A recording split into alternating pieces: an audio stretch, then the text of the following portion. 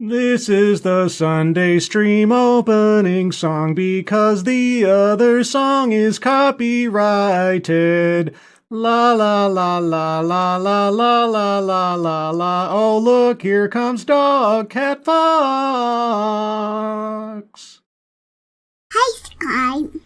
Good morning, everyone, and welcome to the Sunday stream. The stream I do on Sundays because Sunday is the day to stream on Sundays. Hope you're all doing well on this beautiful Sunday morning. I turned on the right background music. I almost turned on Christmas music. That would have been, well, I didn't almost. I did turn it on for just a bare second, but that would have been awkward. Now I have the piano music on. Good morning, everyone. Welcome to Sunday. It's a little still gray and still waking up outside, but we're all here. It's been a relatively calm week in my little world. That doesn't mean it's been a calm week in the rest of the world, but there's at least that. Let's see, anything exciting going on in the world of Scribe? Not much. I painted another Warhammer model yesterday. That was my big project for yesterday. I got up and I primed all the pieces, and then I intermittently went back and forth to my little hobby desk over the course of Saturday and painted myself a Warhammer figurine. Not because I play the game, just because I needed a new hobby. And this is the one I picked. It's not for the faint of heart. It's not for the faint of wallet either. But it keeps me interested. Gives me a new challenge. Also challenges the quality of my nearsightedness at trying to, or lack of nearsightedness these days. Trying to get down to the little details. You have to have a very, very, very small brush and a decent magnifying glass. But that's all beside the point. Who's joining me on this beautiful, beautiful Sunday morning? Holy cow, so many people here. Change Duck! Are you a transformer? What do you change into? Change Duck, good morning. Mike R., good morning. The Alexander, good morning. Walter Tomaszewski, good morning. Scribe, good morning. My cats wanted to know what the hair on your face was called. I told them a mustache. They misheard it, and now they want to know if you share your mouse stash with them, or if you could share your mouse stash with them. I'm afraid I've become quite attached to my mouse stash, so your cats can't have it. I know. Withholding treats from kitty cats is a sin, but in this case, I hope they'll find it in their hearts to forgive me. Old Guy Gamer, good morning. Up at 3:42 a.m. for a stream. At 8 a.m., I guess, again. What? Wow, you were here early. Holy cats, dude. Well, I hope you're still with us. Mike Savage, blarg. Kieverdam, good morning, and thank you, Kieverdam, for providing the link to the Give, Send, Go. Guys, at the top of the chat box, a Give, Send, Go is there for the Wireman family. Their son, Grayson, is currently having bone marrow transplant treatment/surgery taking place, and the Give, Send, Go is to support the family in the time that it takes to do that treatment. So if you can take a look at that, please donate if you're able. If you're not able to donate, that's fine. But if you can share that out on social media, that would be appreciated. So thank you for that ahead of time. And thank you, Kieverdam, for providing the link. Advocatus Diaboli, good morning. Who else is here? JB, good morning. Unfair Ophelia, good morning to you. Snortapoopus Cuber, good morning. Jill Powers, the River Daughter, good morning. Also check out Jill Powers' YouTube channel. She just put up a review of Daredevil Born Again thus far. I have my own opinions on that, but I'll probably save them for Midnight's Edge or something. That's a whole other show. Good morning, Jill Powers. Who else is here? TF Oryx, good morning. The One Ton Hammer, good morning. Devil Fruit Zero, good morning to you. Kiro Soldier, hello. Anybody else? Shadowclaw, hello. And scrolling. It's Bridget. Good morning. The Best Remy, good morning to you. Full Metal Joker, good morning. It was Full Metal Joker that recommended the fundraiser for Grayson. So thank you for that, Full Metal Joker. Appreciate it. Robert Pincus, good morning. Kirsten Scholl over on the X Machine. Guys, I'm also simulcasting on X. So if you happen to see this over on X, please do retweet it. I'd appreciate it. John Trioxon, good morning to you. Anybody else? Corey Suzuki, hello. Oh my gosh, so many people. Blue-Eyed Scream, good morning. Lewis, good morning. Brian Morissette, good morning. Human Khan, good morning. Who else is here? Spittlebuggies, good morning. Plague Trucker Zach, good morning to you. JB, thank you so much. If you want to try Kill Team, it's much shorter games. Focuses more on terrain pieces and setting up kill zones. It's really fun. Highly recommend. Appreciate it. Thank you so much, JB. I don't actually play Warhammer the game. I'm currently just doing it for the sake of art's sake and giving myself a different medium in which to express myself creatively. I like the setting. I find it very interesting. But actually playing the game, I don't have the dollars to actually buy an entire army or stuff. And I know that the kill team thing is kind of a shorter skirmish kind of deal, but maybe someday. Maybe someday. But for now, I'm just having fun painting and being artistic. Yeah. Who else is here? Thank you so much, JB. Appreciate it. Director Arcater, good morning. Correction, Biden's handlers want back in. It remains utterly implausible he can dress himself. Well, we'll get to that momentarily. We'll see what the deal is there. Fallen Angel Delinks, good morning. A couple of the cats my dad have want to be outside. One even has a heated hotel for the colder days in Michigan weather. Well, lucky kitty. Adabisi, good morning. Miranda Stone is here, everybody. You know about Miranda Stone, don't you? You know Miranda Stone?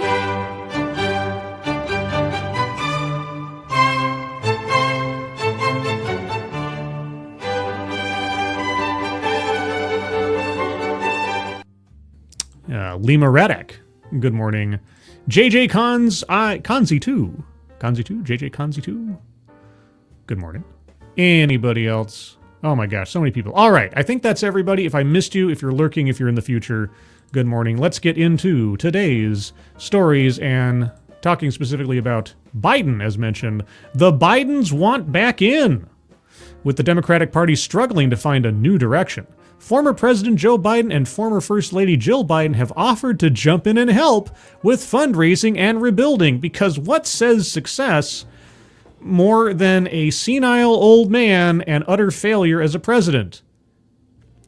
And her husband. Former President Joe Biden has told some Democratic leaders he'll raise funds, campaign, and do anything else necessary for Democrats to recover lost ground as the Trump administration rolls back programs the party helped design, according to people close to him. Oh, what a selling point that would be. Biden privately met last month with the new Democratic National Committee chairman, Ken Martin, and offered to help as the party struggles to regain its viability amid polling that shows its popularity has been sinking, the people said. The people said? The people. Okay. So far, Biden's overtures seem to have fallen flat. I'm shocked. I can't, in fact, I'm so shocked. I feel as though I need a more emphatic way of expressing my shock.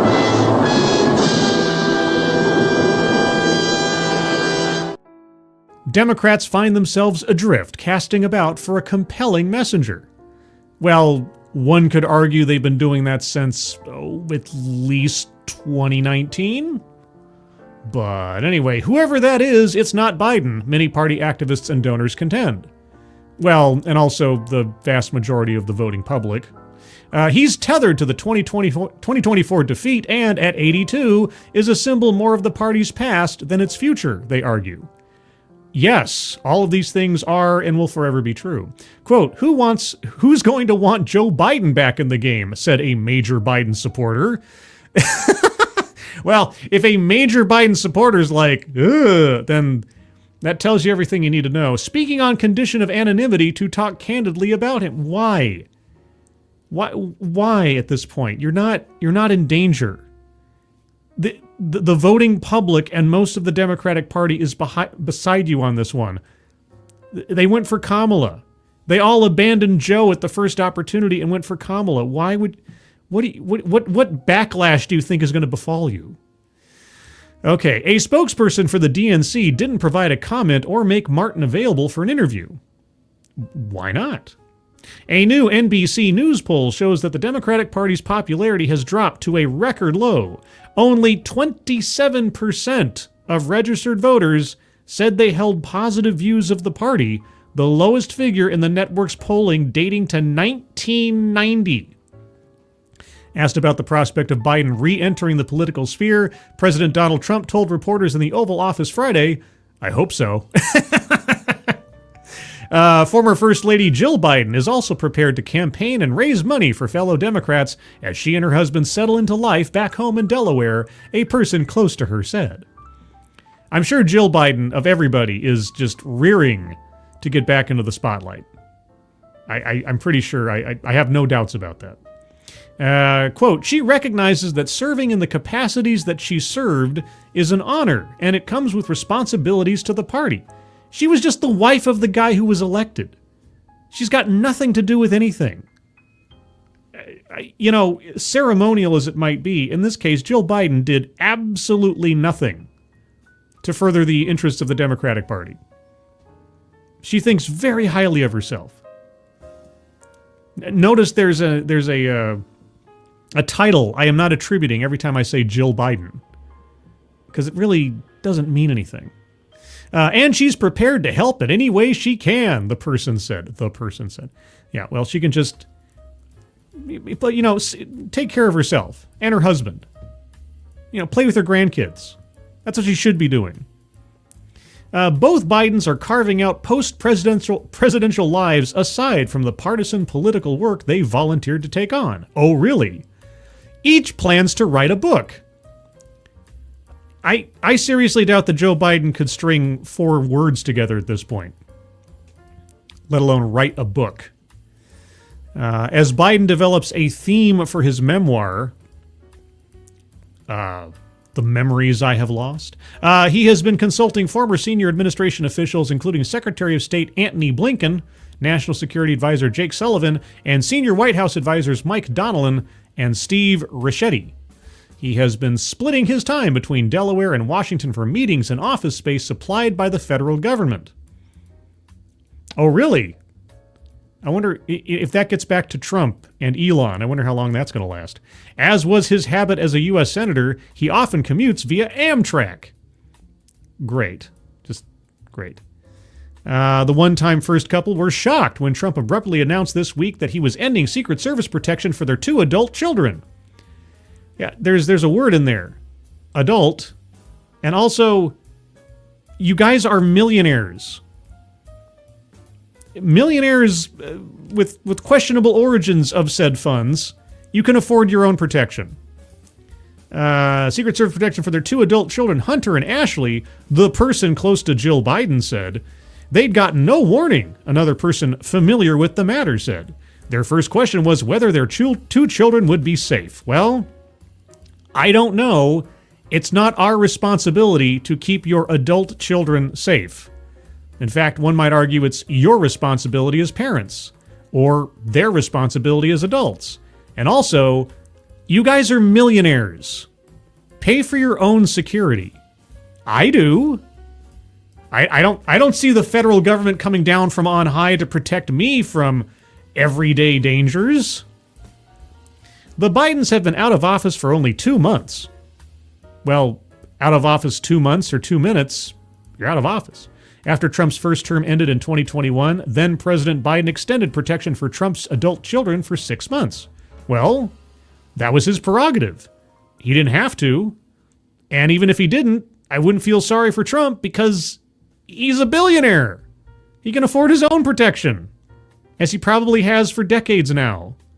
Though Biden is willing to help, Democrats aren't unanimous. And wait a sec, why did you detour into the Secret Service thing? Why? What did that have to do with anything? Nothing. Why did we do that? Why did you even mention that in this story? Okay. Is there anything left really to read about this? Not really. Okay, well, short version is, hey guys, I'm willing to help out. I'm willing to help fundraise after I completely decimated the Democratic Party over 4 years and then put up a completely brainless idiot as my successor, which totally wasn't out of spite or anything in the first place. I can still be useful. Yeah. No, there's Biden has nothing to offer the Democratic Party at this point except to just stay retired. That's probably the best thing he could do. reminding people over and over again about his presence or any influence he has in the Democratic Party is probably poison at this point. So, yeah, he'd be wise to just stay at home, take naps, play with his grandkids. Walter Tomaszewski, even I occasionally can stumble. Scribe, you don't need the federal government protecting you. You are the secret superhero you never knew you wanted, but always knew you needed. In my mind's eye, Walter Tomaszewski has like pom-poms and is like cheering me on from the sidelines. I appreciate it, Walter. Thank you. Scribe is strap bro. No. No. Not I. It's NBC. They have a narrative to weave. Well, yeah. I guess. But, it still just surprises me of everything else that anyone is willing or needs to be anonymous in saying that Joe Biden is a drag on the party at this point. I don't know. Jill Powers, Trump ended their security clearances, no more access to top secret stuff. Yeah, that too. He's like, why do you need access to the stuff anymore? Especially the people who are all, the Hunter Biden laptop is Russian disinformation. Yeah, if there are people that just have, disqualified themselves from having access to top secret data for some reason, it's A, you're out of office and there's no purpose to it, and B, you've shown you're incompetent in your job. So, sure. I have no disagreement with that. And I had no idea that Secret Service protection extended to the children of past presidents beyond a certain point in the first place. I mean, maybe that's a common thing. I don't know. Previous presidents, okay. I can still see that. They are still public figures. They're still political institutions themselves, whether you agree with them or not. But adult children? Yeah, I don't really get that one. But anyway, Trump only got 6 months. Biden got like 4 weeks or something. So, moving on, let's talk about Columbia University, which was all the rage last summer. Columbia University agrees to Trump demands in effort to restore federal funding. Yes, they can't do without those federal Benjamins. The Trump administration, which canceled $400 million in grants, had ordered the school to implement a mask ban, discipline protesters, and reform admissions and more. A mask ban. I hadn't heard of that until just the other day. What? Go away. I don't want this little video thing. Columbia University has agreed to a list of demands by the Trump administration in order to start negotiations on restoring $400 million in federal funding that was stripped from the university earlier this month, representing a striking concession by the private university to the federal government. Well, how private is it? If it's thirsting for $400 million in federal dollars, not that private, I'd say. I'd say that any institution that accepts or needs $400 million of taxpayer money shouldn't be considered a private institution anymore. But maybe I'm just splitting hairs. The Trump administration canceled the university's federal grants on March 7th, accusing the New York school of, quote, inaction in the face of persistent harassment of Jewish students, unquote. The abrupt cancellation of funds will end dozens, if not hundreds, of the university's cutting-edge medical and scientific research projects. Well, and maybe they should pay for them themselves. Or they can't. But last week, the administration sent a letter to the university laying out 9 demands that Columbia needed to accept to potentially restore funds and save the research. Trump's protest against Columbia is far more effective than all of the protests that took place at Columbia to actually fulfill demands. It's amazing when you're holding the purse strings. In a document the university provided to the federal government and published online Friday, it appears the Trump administration got much of what it asked for. The university has agreed to ban students from wearing masks at protests, hire 36 new campus security officers, who, unlike previous security officers, will have the ability to arrest students, and appoint a new senior vice provost to oversee the Department of Middle East, South Asian, and African Studies. That's an interesting one. What's that got to do with anything? Columbia also committed to, quote, greater institutional neutrality, and said it is, quote, working with a faculty committee to establish an institution-wide policy implementing this stance, unquote. Oh, okay, so what's your current stance? Or what has been your stance recently then? The university added that it will review its admissions procedures to, quote, ensure unbiased admissions processes, unquote, as the Trump administration requested. You mean unbiased administration processes as was already required of you under Title VI, and certainly more so now that affirmative action has been struck down? Okay. Columbia's interim president, Katrina Armstrong, said Friday that the school responded to the Trump administration to, quote, ensure uninterrupted academic activities, unquote. Quote, we have much to be proud of as a community, and it has been a great privilege to share our progress and plans, she said in a statement. Quote, in the spirit of great American universities, we expect Columbians to engage in robust debate and discussion about our way forward, and we welcome it as an opportunity to shape the future of Columbia, unquote.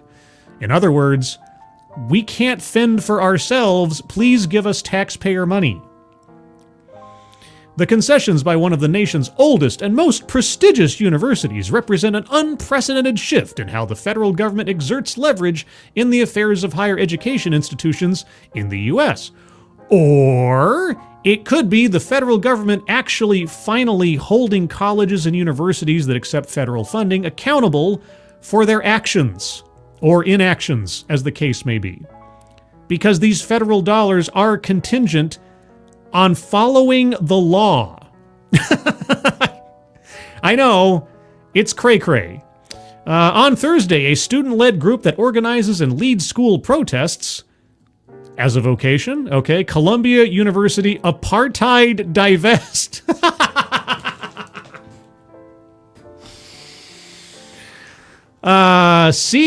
CUAD, Quad. Slammed the notion of Columbia striking a deal with the Trump administration. Okay, well, I'll tell you what, you guys. If you raise $400 million year over year, then maybe you'll have some leverage. But what do you got otherwise? Quote, Columbia's refusal to divest from and even doubling down on the genocide of the Palestinian people these past 17 months has made its expected response to the Trump administration's ransom note incredibly clear, unquote, the group wrote on Instagram. Oh, well, if it's on Instagram, I mean, everybody must have seen it. Quote, Columbia has no intention of defending its students or faculty from the government's crackdown on Palestinian activism. Instead, it actively joins hands with the fascist state to sell out its community, unquote. I have a feeling that your tantrums won't earn the school $400 million a year. Or help it abide by federal law. I have a feeling. On Thursday, 41 of the roughly 100 members of the university's history department warned the university against allowing the administration to interfere in its policy. They compared the administration's actions to attempts by, quote, authoritarian regimes, unquote, to seek control over independent academic institutions. You are not independent. You are federally funded. If you want to be independent, then cut yourself off from federal dollars, and then you can have a school doing practically anything you want without violating the law or risking things. So how about you spin off your medical and scientific research arm into its own campus somewhere, and then you can have the main Columbia campus be completely private, privately funded, independent from federal money. You're not independent. You serve the public because you accept federal dollars. Read 'em and weep. Quote, such interventions jeopardize our ability to think honestly about the past, the present, and the future, and to do so with our students, who deserve every opportunity to learn and to think for themselves, unquote, the history department members wrote. Quote, should this control be realized, here or elsewhere, it would make any real historical scholarship, teaching, and intellectual community impossible. Okay, now, I don't have the list of the 9 demands in front of me. Where in the 9 demands were they affecting how schools should be taught? I mean, the closest I saw was that provost thing, which I'm still not quite sure about. But other than that, what do you mean? The Trump administration's demands are the latest hit for the Ivy League schools, seen as the epicenter of student-led pro-Palestinian demonstrations that eventually overtook life at college campuses across the nation. The protests were prompted by the Israeli government's fierce response to the October 7th Hamas terrorist attacks. I mean, seriously, why would anybody fiercely respond to thousands of civilians and children being slaughtered on an afternoon? I don't know. It's a mystery to me. Israel's military has killed nearly 50,000 people living in Gaza and displaced millions. 50,000 people. Yeah, you know where that number comes from? That comes from the Gazan or Hamas-controlled Ministry of Health. And it's really odd to me. Now, you'll not see me saying that no one has died in the conflict. But the numbers we've been told are just incredible. There is a story from 1 month after the conflict in Gaza began back in 2023, like November of 2023, where the Ministry of Health said 10,000 people had been killed in 1 month. And now we're over, 2 years since then? Or just about? And it's only... I'm not trying to parse the devastation here, but just trying to trust the numbers coming out of Hamas and reporting them without qualification is really a stupid idea, I would say. Because if it only takes a month for 10,000 and we're now almost 2 years in and it's 50,000, boy, things have slowed down quite a bit. If you believe the Ministry of Health. Student activists staged the demonstrations in an attempt to get their universities to divest from companies linked to the Israeli government. Okay, how successful were those protests? For weeks last spring, Columbia students staged daily protests. And how successful were they? Tents on university lawns. Dozens of students were arrested in demonstrations that regularly featured controversial political slogans, including "From the River to the Sea," which some have criticized as anti-Semitic. Well, if you know the origin of that phrase and what it meant, then it wouldn't be some. It would be people being honest about what's being said. This goes on for quite a while longer. The short version is, Columbia is driven by money, like so many other things. It cannot function independently. It needs federal dollars, and so they're being held to account for being an institution that accepts federal money. And do we need to be reminded what Title VI says again, real quick? Let's see, where do we have it here? Let me find that again. I used to have this right in front of me, and now... okay, Title VI. Title VI of the Civil Rights Act of 1964 provides that no person in the United States shall, on the ground of race, color, or national origin, be excluded from participation in, be denied the benefits of, or be subjected to discrimination under any program or activity receiving federal financial assistance. So, I don't know what to tell you. If you are fomenting campus demonstrations, if you have faculty who are cheering on anti-Israeli protests and taking sides on ethnic battles, religious battles, everything else, and you accept federal money, well, then you're violating the law. And just on that basis alone. Or you're at least tempting fate with it, depending on how you go about it. So, yeah, just give me a break. Give me a break. Shadowclaw, I remember learning about the hippies and their protests when I was growing up. They were glorified. People today want to live up to that hype, so they'll protest anything. There are some causes that arguably are a total good, right? You could say some things are more justified than others. It all depends on how you go about them. Violent protests calling for people to be slaughtered as a result. Like if you were just a pure pacifist hippie saying, end the war in Vietnam, stop the killing. Okay. But if you're also rampantly going along, end the war in Vietnam, stop the killing, destroy all U.S. soldiers or something, right? not really helping anything. So if you're just an absolute pacifist without any agenda elsewise, okay. But if you're also running around chanting, genocide is bad, but let's get rid of this entire state of people as well at the same time. Let's use chants and slogans that are directly from a genocidal ideology to protest genocide. I think maybe someone's lost the plot. I just have a feeling.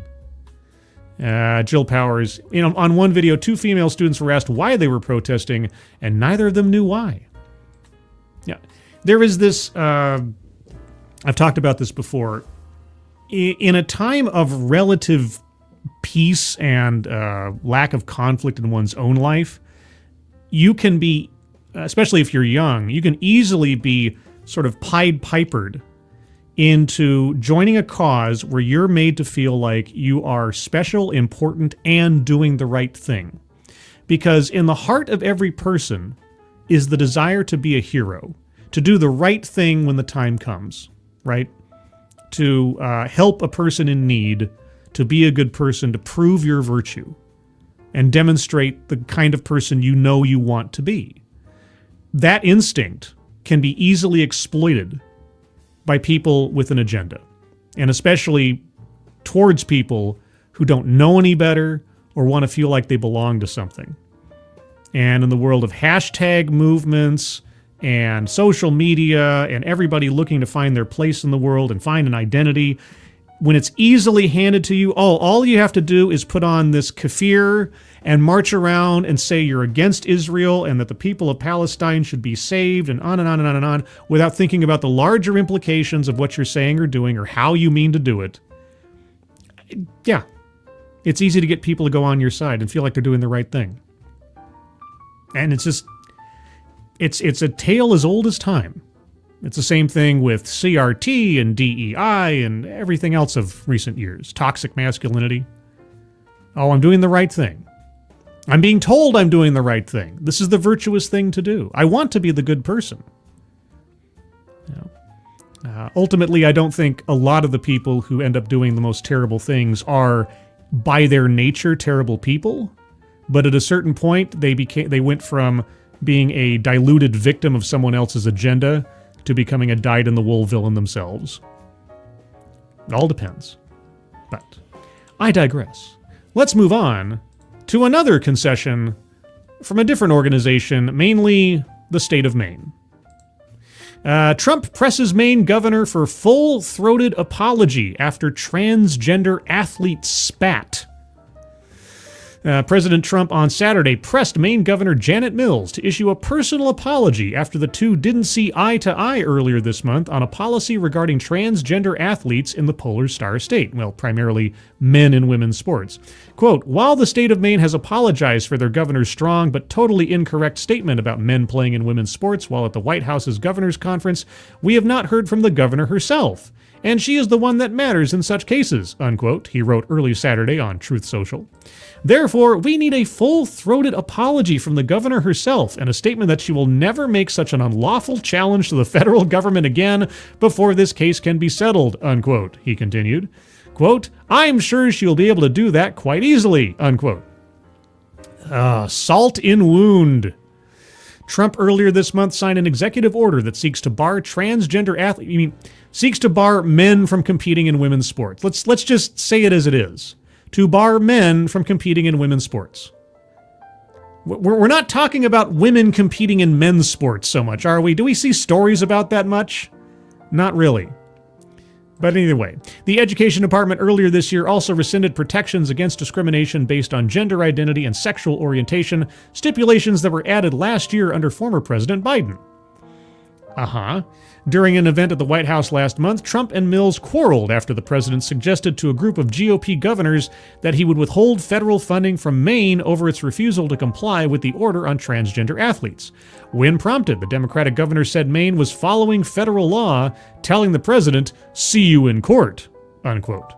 Trump, in a February speech before the Conservative Political Action Committee, doubled down on his criticism of the governor and state's transgender policies. Quote, she's fighting to keep men in women's sports. You ever see what happens to a woman when a woman boxes a man who transitioned to womanhood? You ever see what happens? The president said at the time. Quote, it's not pretty, unquote. Yeah? Are you going to reference the Olympics at all? Okay. His most recent comments come just days after the Trump administration ruled Maine had violated the updated Title IX law. The state was given until March 27 to reverse its policy allowing transgender student athletes to participate in girls' and women's sports. See, even you guys know it's exactly... Why even say trans... It's just men. Because this would just as well apply to women participating in men's sports, but you guys know that's not the issue, don't you? Or face action from the Justice Department. The U.S. Department of Agriculture also temporarily paused funding to the University of Maine system earlier this month after the spat. Funds have since resumed after a USDA review found UMS to be in compliance with Title IX. Okay. Quote, any false claim by the UMaine can and will result in onerous and even potential criminal financial liability, the administration wrote in a press release. UMaine's decision to side with sanity is a win for women and girls in Maine. Again, it all comes down to the dollars. This is one of the things that I'm glad to see happening. I'll be curious to see how it all resolves itself, because ultimately there will be lawsuits. But, again, if you are an institution, Title VI, it doesn't say colleges, it doesn't say universities, it says any entity or institution accepting federal funding. And if you are a state, if you are a state agency, if you're a university, if you're a business that has a federal contract, this all befalls on you as well. So... The choice for the rest of Maine is simple: protect equal opportunities for women as required by law, or lose funding, the USDA statement reads.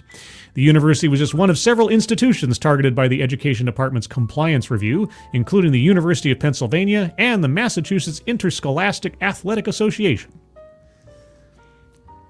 So it's there you go. When it comes down to it, it's like, well, are you independent?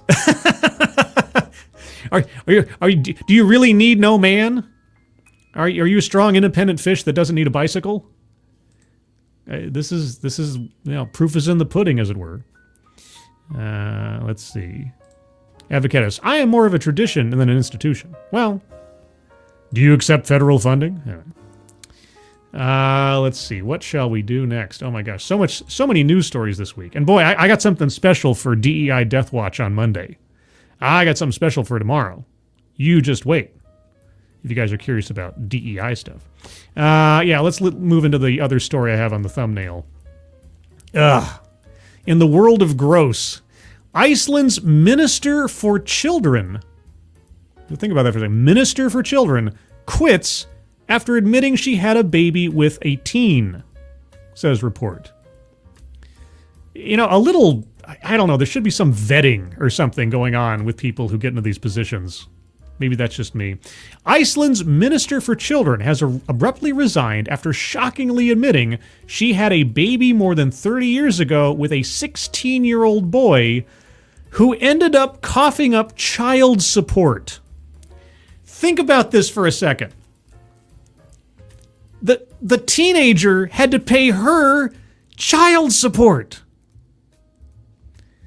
I am going to completely screw up this name. I don't particularly feel bad about it, but I'm going to attempt it. Asthildur Loa Thorsdottir fessed up to the secret relationship, which started when she was a 22-year-old counselor at the church group the teen attended. So many things wrong with this. 22 years old at a church group the teen attended. On Thursday, after Icelandic news outlet RUV was tipped off about the saga. So she's had a kid for 30 years, but nobody knew the father was a 16... Okay. The 58-year-old politician, who is a member of the country's center-left People's Party, confessed that she gave birth to the teen's baby when she was 23, and that the boy was in the birthing suite during her labor. Oh, what a vision of motherly purity there. The teen, identified as Eirik Admundsson, Asmundsen, even paid child support for the next 18 years, despite Thor's daughter allegedly denying him frequent access to their child after she met and went on to marry her husband, according to the outlet. Oh, so you can't even see your kid, minor person that I took advantage of as a grown adult, but you can pay me for the privilege of not seeing your own child. Quote, I understand what it looks like. Do you? Okay. I understand what it looks like, Thor's daughter said after being forced to come clean on the decades-old tryst, arguing it is, quote, very difficult to get the right story across in the news today, unquote. No. It's a tale. I used this phrase earlier. It's a tale as old as time. You took advantage of a minor, and then you extorted this kid for money.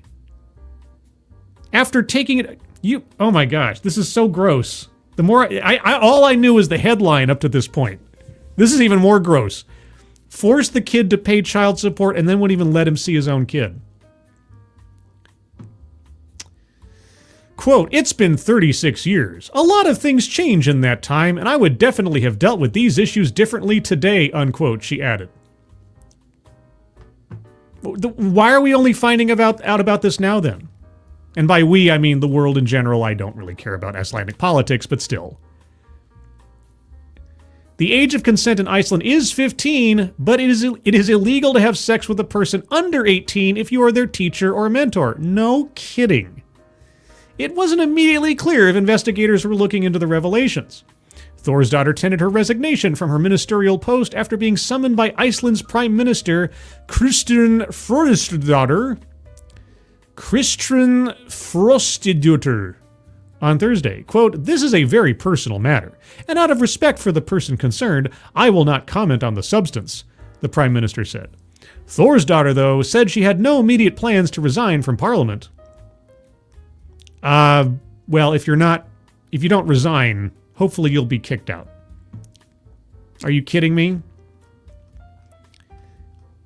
Okay, let's just take this for what it is. This lady is a sex offender in Iceland, an admitted sex offender, and someone who fleeced a kid for 18 years worth of pay to not see his own child, which she... Okay. Oh, man. Oh, it just makes me feel yucky just to say these things. Ugh. She's no ice queen. Well, yeah. Something like that. Let's see. Who else we got here? Shadowclaw. Where is my torch and pitchfork? Yeah. That's just, yeah, imagine if that had been a guy. Imagine if that was some kind of male politician saying, oh yeah, I knocked up a 16-year-old 30 years ago, but I'm not going to resign from Parliament. Yeah, a 16-year-old who was under my care at a church retreat thing. Yeah, that guy would justifiably not last long. and in some twisty turnaround way also had the child pay him so that she couldn't see her kid or something. It's insane. Absolutely insane. We won't comment on this. Oh, it's been 36 years. Yeah, 36 years. I know. It's been 36 years of you keeping this a secret and not telling anybody and getting into a position to be the minister of children.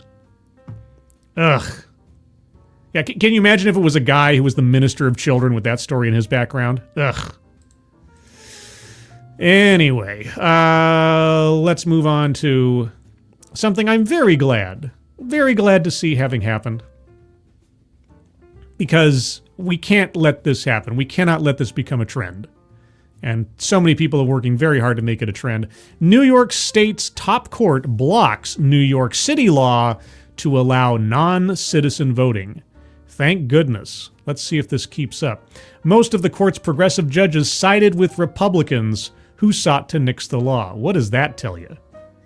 Albany, New York. New York's top court has struck down a law that would have let non-citizens vote in New York City elections, with the court's progressive majority overwhelmingly siding with Republicans who challenged the idea. The law would have made more than 800,000 people eligible to vote in municipal contests such as mayoral races. Let that sink in for a second. Quote, "We file some lawsuits that are stretches," said Joe Borelli, the former Republican majority leader of the New York City Council and one of the plaintiffs who challenged the law. Quote, "This one was, from the beginning, an open-shut case," unquote. The law was approved in the waning days of Mayor Bill de Blasio's administration. Surprise, surprise. When neither he nor successor Eric Adams issued a veto, it automatically became law in early 2022. The legal battles since then have centered on language in the state's constitution that says, quote, "Every citizen shall be entitled to vote at every election for all officers elected by the people," unquote. Why is there a legal battle? Centered on language in the state constitution that says in no uncertain terms, you must be a citizen. It's just, that's it. There's no other way around it. But okay, Republicans argued that this prohibits all non-citizens from casting ballots. I can imagine why they would argue that, because that's what it says. Define citizen then, I guess, right? That's where it's going to come down to. Democrats on the city council who defended the law said this language should be viewed as a floor rather than a ceiling, and that local governments have the power to expand the franchise further if they wish.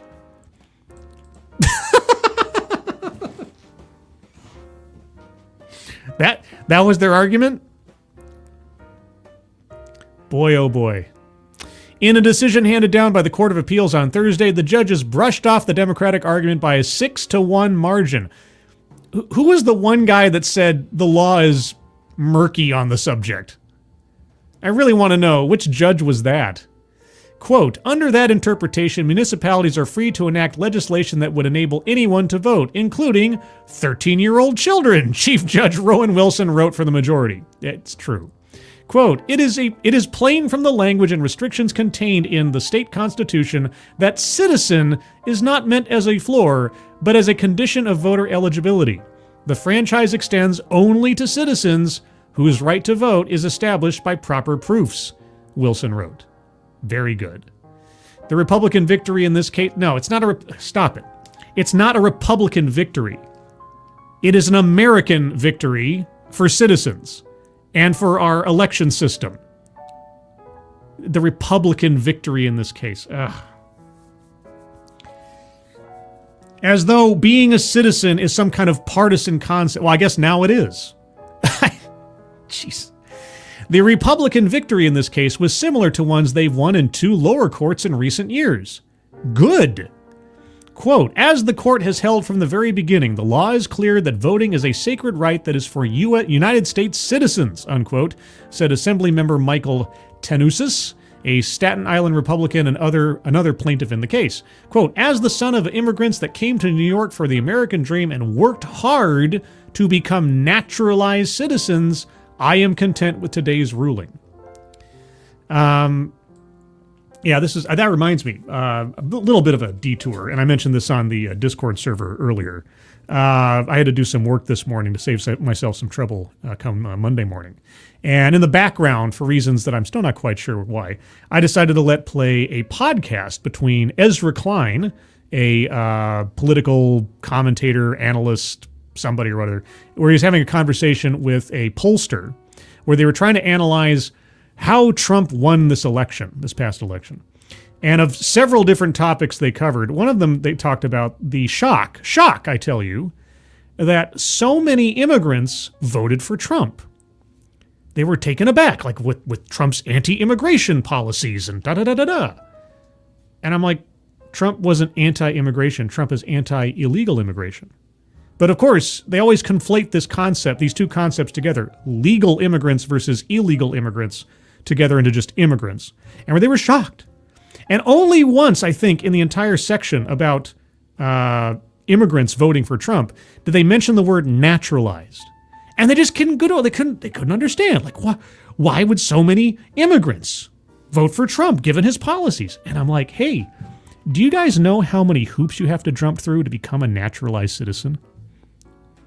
Do you know how many people followed the rules to become a citizen and then see the Democratic Party and all the progressives just basically making that entire effort effectively irrelevant by opening up the borders? Do you think they might have a certain feeling or two about that?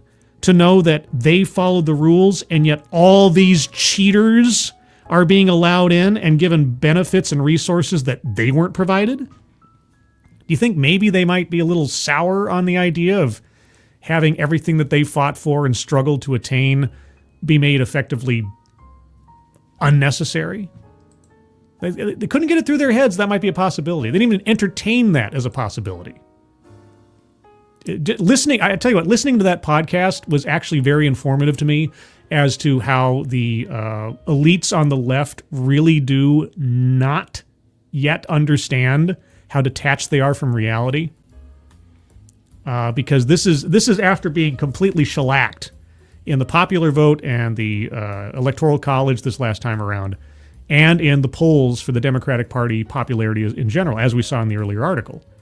And even then, in every section of that podcast that I listened to, in every way they could, they were looking to find responsibility for some outside source. Oh, it's social media. Oh, it's the voters being uneducated or not engaged in politics. And by engaged in politics, they mean people who read the New York Times and watch MSNBC. But they just couldn't be a little bit self-reflective to say, maybe we've been wrong on big issues this whole time. If only for some information. It's an hour and a half long. It is a slog. When I first saw it, I contemplated doing a live stream on it, but I would be sitting there for 5 hours going through it and commentating on it. So anyway, you can look it up. It's Ezra Klein. It just got posted on the Ezra Klein show or whatever on YouTube. It's him talking to, I forget the guy's name all of a sudden, but he's a pollster for some Democratic polling site.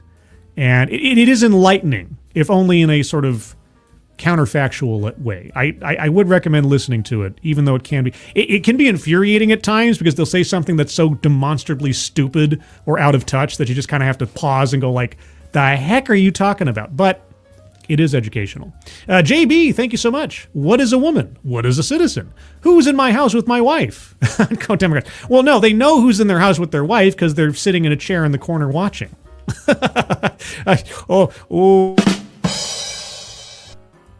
Anyway, so, yeah. Why would naturalized citizens be voting for Trump? I just don't know. Moving on.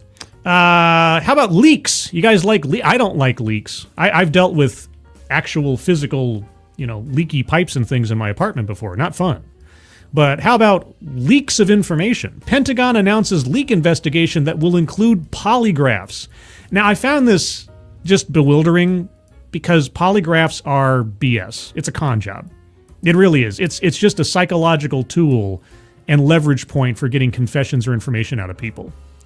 If you want to see why I say that, well, there's lots of studies out there elsewise. But an excellent piece of media to watch is from my friend Matt Orchard over on Matt Orchard Crime and Society, where he has a video up there about lie detectors. And he goes through the history of the lie detector, the people who promoted it, the experts behind it, and how it's really just a tool of psychodrama. That's not the lead story or lead element of this story here, but I just found it interesting that it's like, they'll include polygraphs. Okay. The Department of Defense is investigating, quote, recent unauthorized disclosures of national security information, unquote, and plans to use polygraphs as part of their probe, according to a memo published to the department's website on Friday. Quote, the use of polygraphs in the execution of this investigation will be in accordance with applicable law and policy, unquote, DoD Chief of Staff Joe Casper wrote in the memo. Quote, this investigation will commence immediately and culminate in a report to the Secretary of Defense. Casper wrote that, quote, information identifying a party responsible for an unauthorized disclosure, unquote, would be referred for criminal prosecution. The memo comes after President Donald Trump pushed back on a New York Times report that Doge head Elon Musk would be briefed on U.S. military plans for a potential war with China while at the Pentagon on Friday. Trump said he wouldn't show such plans, quote, to anybody, unquote. Pentagon officials also resoundingly dismissed the reporting on social media. Musk did meet with Secretary of Defense Pete Hegseth for over an hour on Friday. For what? I don't know that we've been told.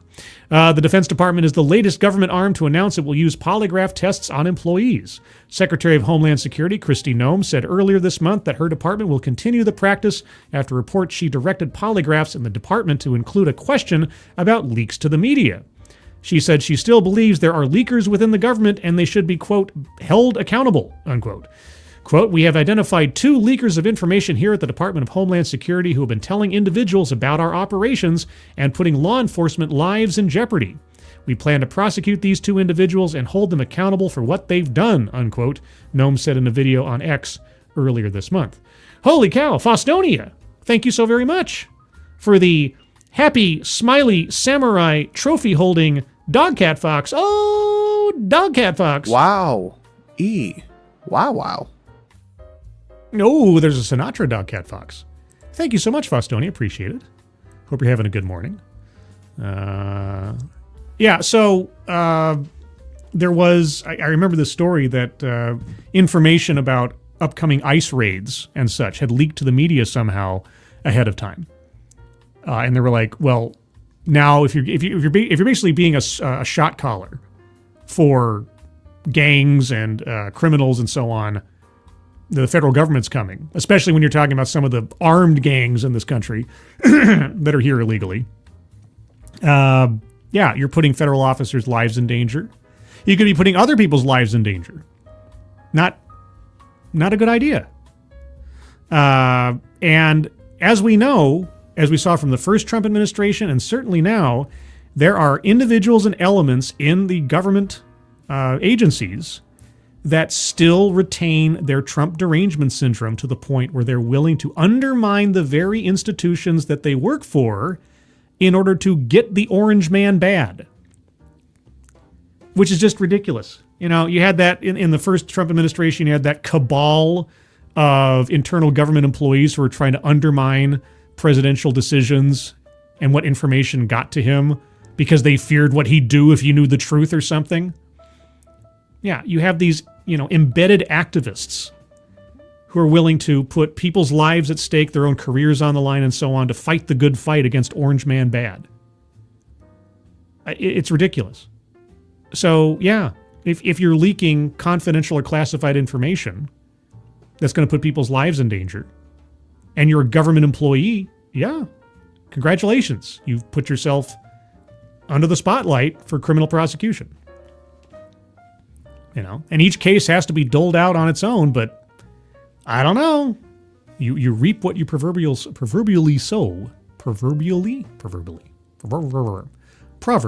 The Department of Justice on Friday announced its own probe into the selective leak of inaccurate but nevertheless classified, unquote, information related to the Venezuelan gang Trende Aragua.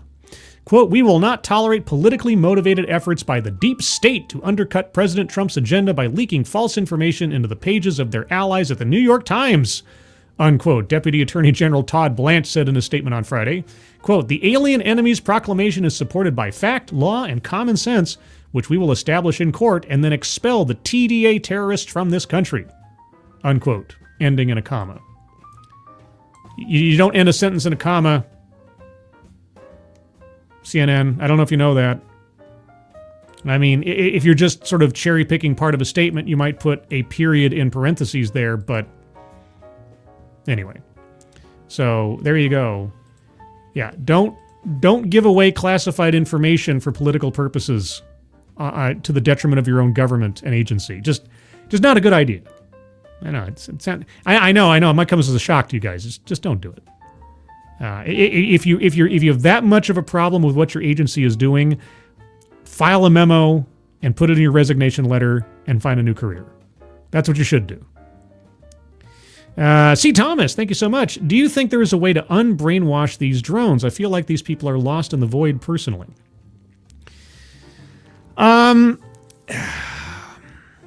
There is, but it would have to require a massive amount of self-reflection and an honest assessment of where they're at and what they're doing. You see, and I kind of alluded to this earlier about in the heart of every person, there's the desire to be a hero. When you've started down a path of ideology or behavior or belief or whatever else that places you in your own mind and especially within your own social group as the good guy, and you go on doing this long enough and you shape your own identity and sense of self within the world around something that is, from the outside at least, objectionably questionable, if not outright wrong, it is very difficult to turn heel. Not necessarily turning into a bad guy like in a WWF thing or something, but turn around and say, I was wrong and I was doing the bad thing. Right? It's very difficult to try to admit that maybe you were the bad guy when you've been pushing forward as though you were a hero the whole time. That takes a strength of will and self-introspection that not many people possess, to be able to allow for the possibility that you could be wrong.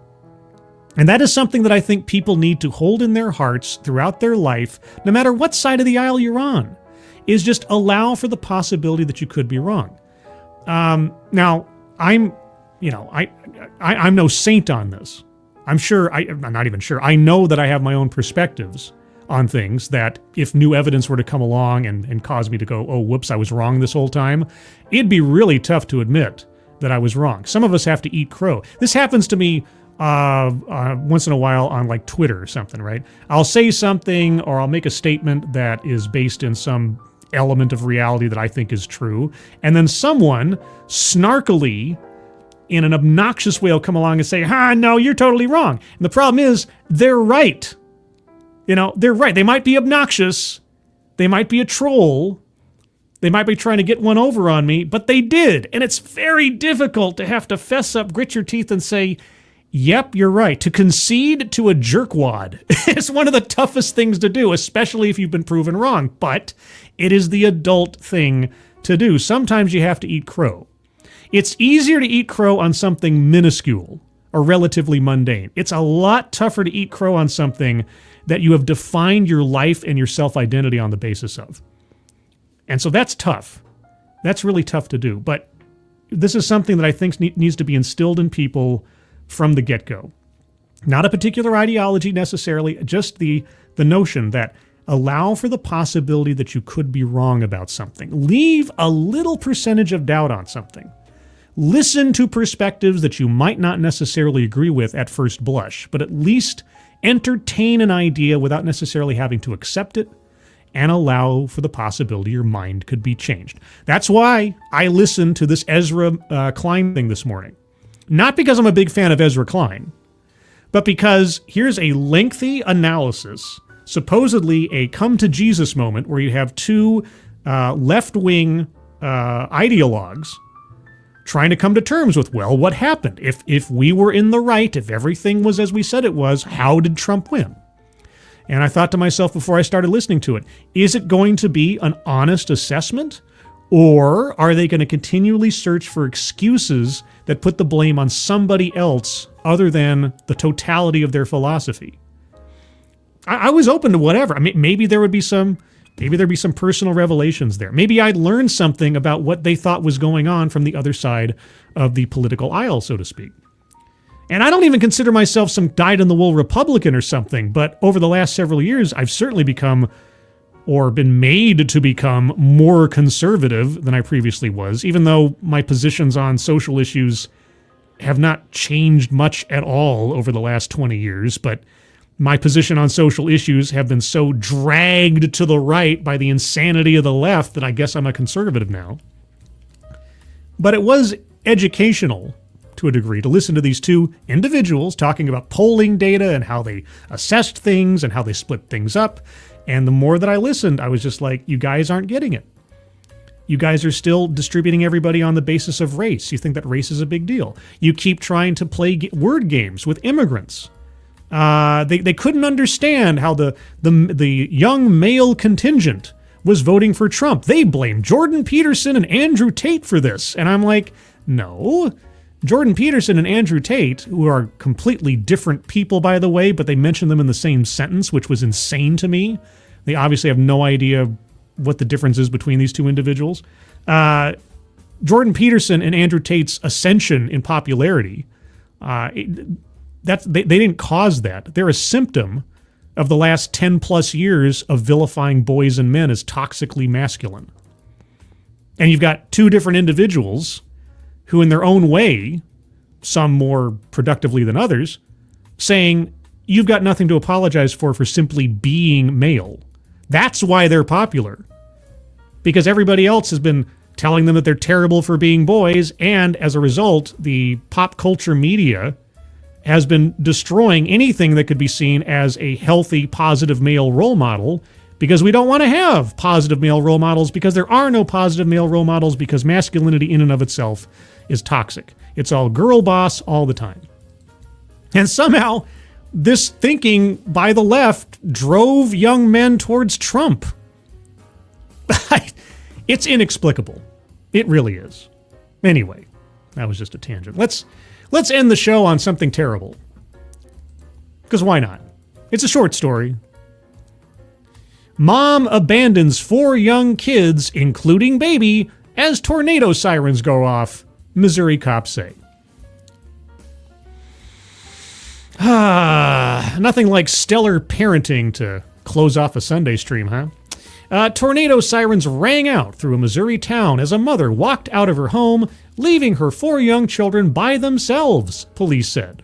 The kids, ages 8, 5, 3, and 8 months, were unsupervised in the St. Anne home as a severe storm swept debris through the area, caused brush fires, and took down power lines, according to a criminal complaint filed March 15th. Now, the mother is facing multiple charges, including 4 counts of endangering the welfare of a child and 1 count of resisting arrest, according to court records. I'd love to see the body cam footage on that one. The woman's attorney information was not listed. The children were left alone for several hours, St. Anne police said. When officers eventually located the mother, they said she showed signs of intoxication. The mother hit and kicked officers as they arrested her, the complaint said. She was jailed on a $75,000 cash-only bond, according to court records. St. Anne is about a 16-mile drive northwest from St. Louis. That's the end of the story. I'd just like to know that the children have been put into acceptable hands of care at this point. But they don't talk about that part. But yeah, sure. Yeah. There's a giant storm coming. I'll just saunter out into the wilderness, leaving my children alone. My 8-month-old baby. I hope those kids are in a better home now with better people. That's just, ugh. Jill Power, single parenthood and no-fault divorce are a major problem for society and culture. Could be. Probably is. I've never been married. I don't have any kids. I can't speak to that. But certainly the vilification and the destruction of the nuclear family model certainly hasn't helped anything. You know. And when talking about positive male role models, if you don't have a dad in your life, or you're being made told either by your mother or society in general that men are terrible, and anything that could be considered masculine, like, I don't know, protectiveness or a sense of competition or assertiveness, are toxic, and that men and boys are just criminals in waiting. Sorry, I still can't get that section of that podcast really just drove me over the edge, because they were putting Andrew Tate and Jordan Peterson in the same sentence like they are equitable individuals. Just drove me nuts. Data Wasteland. To be honest, 8-month-old babies are very aerodynamic. Yeah, I mean, I've seen fathers taking their little babies and, making them into little airplanes. I've seen that before. It's very cute. you know. And what was it, Baby's Day Out? You guys remember that movie? If you do, you're old, and you have my condolences. But yeah, Baby's Day Out. That baby was very aerodynamic. That baby was practically made of rubber. In fact, it actually was made of rubber because it was a stunt doll, and I think Red Letter Media has like 2 or 3 different Baby Binks now. But anyway. Groovy, what was the point of destroying the nuclear family in the first place? To move more towards a collective sensibility than an independent sensibility. That's what it was. To get the patriarchy out and have a community of kumbaya, everybody takes care of each other's kids kind of thing. To move away from independent families and try to make it some kind of collective community. That's my sort of layman's thought on it. Let's see. Anything else? Going over the chat real quick. I didn't come here to be reminded of my age. Oh, sorry. What did you come here to be reminded of? I mean, I can think of at least one thing. This is my friend Satsu, aka Chef Tyrone, founder, owner, and CEO of Oishi Fried Chicken LLC, featuring a new line of signature spice mixes. Chef Tyrone's homemade blends are the perfect gateway to delicious fried chicken or any other protein you might prefer. These recipes were painstakingly tested in Tyrone's home kitchen to bring you all the fantastic flavors you and your family can enjoy. The current flavor lineup includes original, spicy, lemon garlic herb, barbecue rub, and taco seasoning. You can buy individual packs of your favorite flavors or save some money with a variety bundle, all through the online store. And Oishi Fried Chicken ships nationwide. Go to www.oishifc.com and order today. Now, I'm not sponsored by Oishi Fried Chicken. Satsu's just my friend. And, you know, occasionally I like to play his ad. Cognos, what were your thoughts on Jordan Peterson doing the Christ is King report? Truth be told, I don't pay that much attention to Jordan Peterson. Not because I think he's a bad guy or something. I just don't. So I don't know. I don't know what the report is about. I don't know what. I have no comment. That's a short version of that. Fallen Angel to Links, we are the Borg. Well, yeah, that's what people want because it allows for more control. Independent thinking for yourself, operating in a world that's your own making. We can't have that. No. You must heal too and be like us or you're a bad person.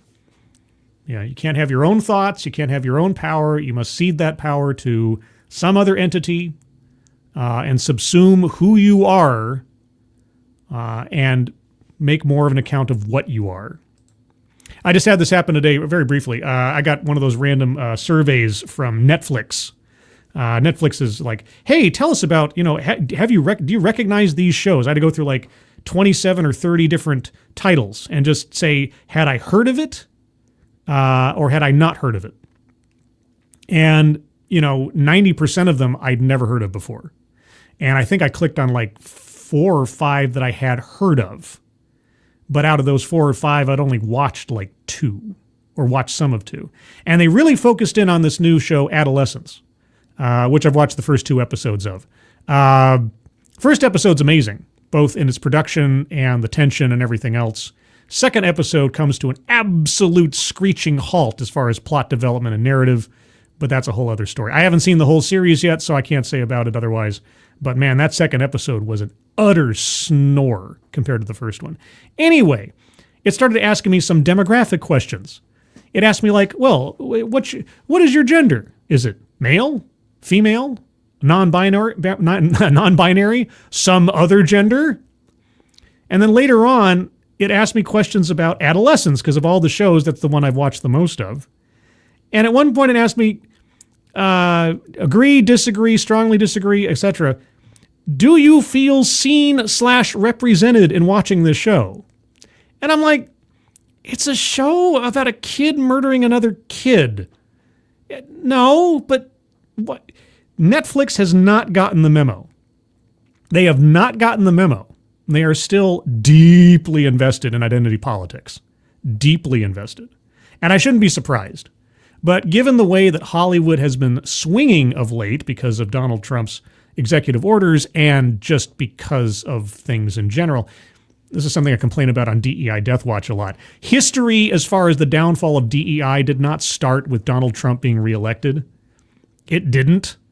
It's been going on since at least 2022, but nobody wants to admit that for some reason. Very few articles I read actually acknowledge the fact that there were a lot of decline in budgets and staffing on DEI going as far back as 2022. But but either way, studios are starting to get the message. Netflix apparently isn't.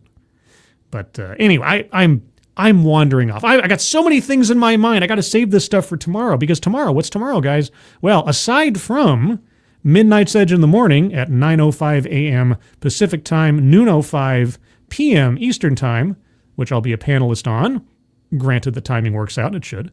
Also, 11:30 a.m. Pacific time tomorrow, 2:30 p.m. Eastern time tomorrow will be my next episode of DEI Death Watch, where I can more fully talk about these subjects. And I have a special treat for tomorrow's episode. I'm not going to tell you what it is. You'll just have to tune in.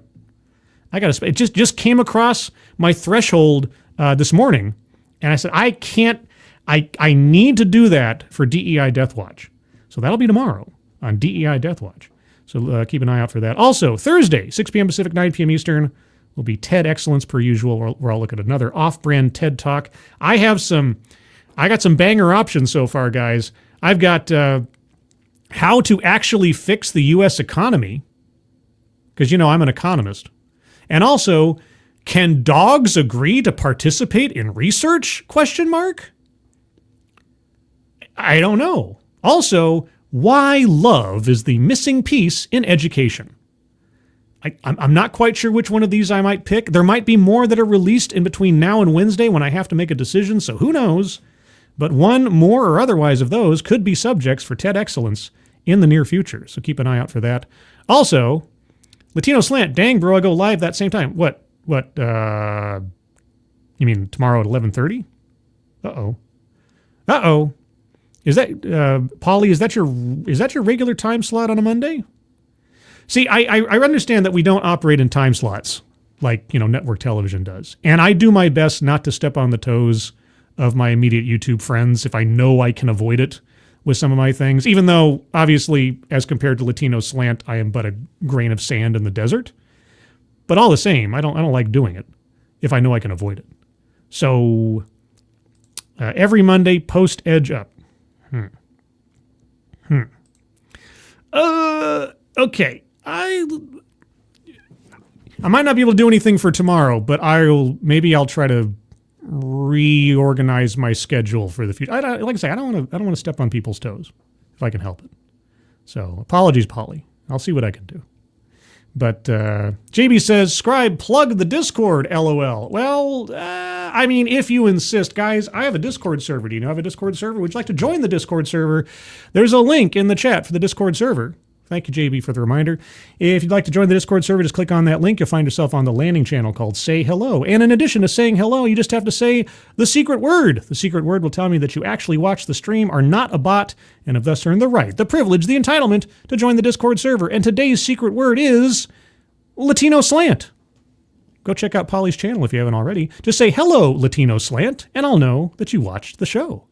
Outside of that, as well, let's see, what else? There was something else, and it escaped me because I usually have this down pat, and I just threw myself off my usual track. So I will just say, if you like this kind of thing, leave a like, because I like that when you do that.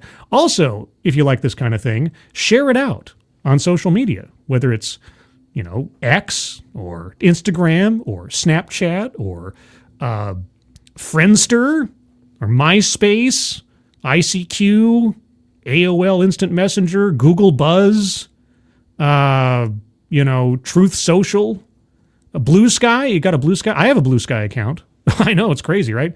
Anyway, share it out, and especially on X, if you do so, please do tag me in your sharing of it so that I know you did so I can thank you personally, because I appreciate it when people do that. And I know that it's something you don't have to do, but I like the fact that you do, and I appreciate it when you do. And that goes for any other content creator out there that you happen to like. Guys, at the end of the day, really, for us smaller content creators, you guys are the best algorithm. So if you like something, whether it's me or anybody else, let people know that you do and tell them why, and maybe it'll help out. But otherwise than that, everybody, thank you so much for joining me on this Sunday morning. Moderators, thank you for keeping an eye on things. Even though everyone here is so well behaved, you have very, very little to do. Everybody who donated either to myself or to the Give, Send, Go link at the top of the chat box for the Wireman family and Grayson's bone marrow transplant treatment, thank you guys so much for your generosity. Very much appreciate it. A couple more late hellos here instead of a late goodbye. Wow. Toot Sweet, good morning. Angela Ariaga, good morning. Darren Root, good morning. Who else was here? I saw somebody. Frank Hubbard IV, good morning. And hopefully anybody else. Oh, did I say hello to Meh? Good morning, everybody. Hope you have a good rest of your Sunday. Hope you have a good rest of your weekend and week ahead of you. Hope to see you on Monday for DEI Death Watch. Everyone, if you're... there was a noise outside. It threw me off. Everyone, I hope you're all safe and well. If you're not well, please get well soon. And I'll see you on the next one when hopefully my head will be on straight. Take care. Polly threw me off. Cabron. Thank you, Polly, so much. Yeah, guys, go check out Latino Slant over on YouTube for all types of cool stuff, including breaking news. Well, at least it's breaking news as of the other day about the Mandalorian Grogu budget. Uh-oh. Everyone, take care. Bye-bye.